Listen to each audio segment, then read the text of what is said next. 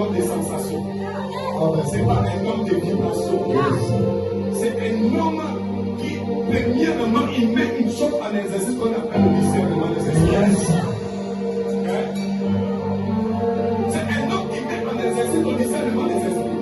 C'est pourquoi pendant que Paul était en train de marcher avec les autres, ils arrivent à un endroit, ils ont entendu une femme qui était en train de prophétiser. Cette femme était en train de dire des choses qui étaient vraies. Mais le discernement a permis à Paul de discerner que c'était un peu pareil. Même si je ne lis pas avec cet endroit-là. Écoute-moi. La spiritualité ne dépend pas de tes émotions. La spiritualité dépend de ta connaissance et de ton discernement des esprits.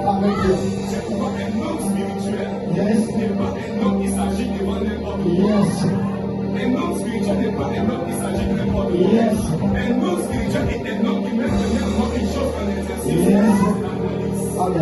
Il analyse. Quand il arrive dans un endroit, il commence à analyser.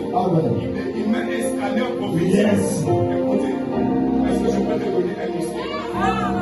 Est-ce que je peux dire quelque chose? Est-ce que tu sais qu'il y a ceux qui sont prophètes et il y a ceux qui sont prophétiques?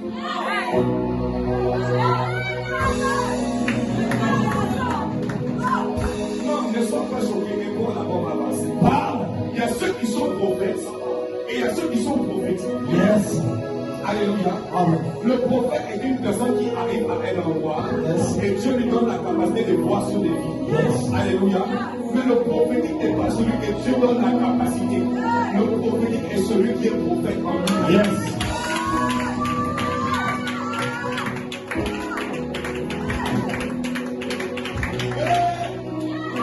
Le prophétique est celui qui est d'abord prophète en lui-même. C'est-à-dire qu'avant de dire que je vois dans la vie de Dieu, moi-même d'abord tu vois dans ta vie.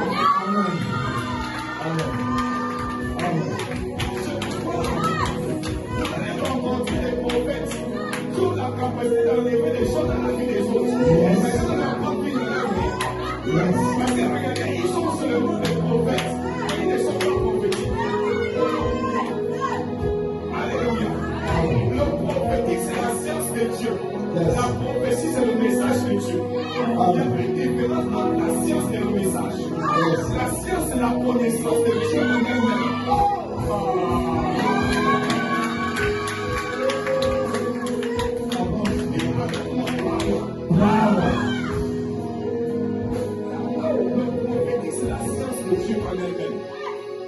Quand on parle du prophétique, c'est la manifestation de Dieu lui-même.